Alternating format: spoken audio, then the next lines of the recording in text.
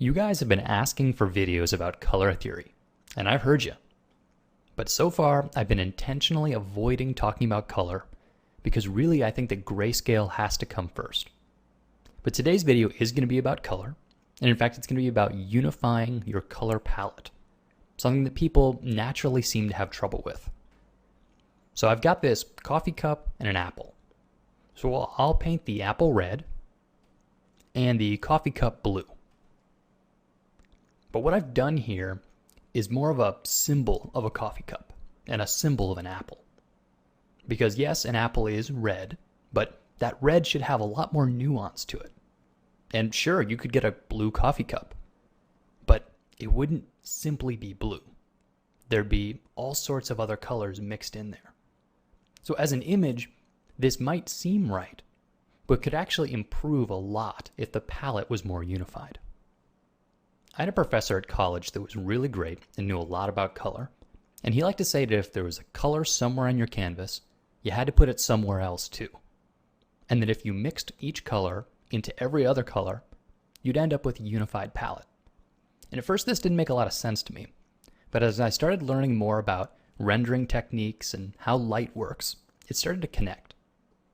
Because all too often, people forget about reflected color. So for instance, this coffee cup, it's pretty glossy.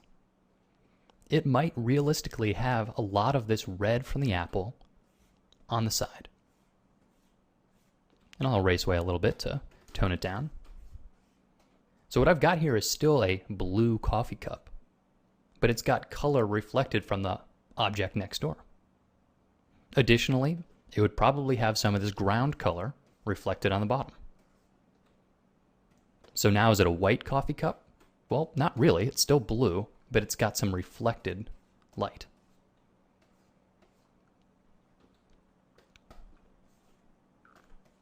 You could say the same about the apple. It's likely that on top of the apple there's probably some of the ground color reflected, maybe even a little of the blue mixing in from the neighboring object. And then the ground itself has probably picked up some of these colors as well, because as the light hits these objects, it bounces around. So I'll take some of this red and reflect it onto the ground. I'll do the same with the blue. So already, what started as very primary colored objects look a lot more realistic. And I didn't even start with particularly intentional colors. These are just random red and random blue. If I had made a composition from the beginning with color in mind, it'd be even better. But it goes beyond just reflected light. There are a lot of easy ways that Photoshop can help you tint an image to make the colors match a bit. So for instance, on the top of my layer stack, I can use an adjustment layer called the photo filter. And there's a bunch of different tones you can use, warming filters and cooling filters. And then you adjust their density. So at the bottom you have no effect, and at the other end you have extremely colored. And you can achieve the same effect in a lot of different ways in Photoshop, but the end result is adding a little bit of a color cast to the entire canvas. And this has an amazing way of unifying any of the colors that were already there. There's a big difference between these two palettes. And as you saw, it didn't really take all that long to create.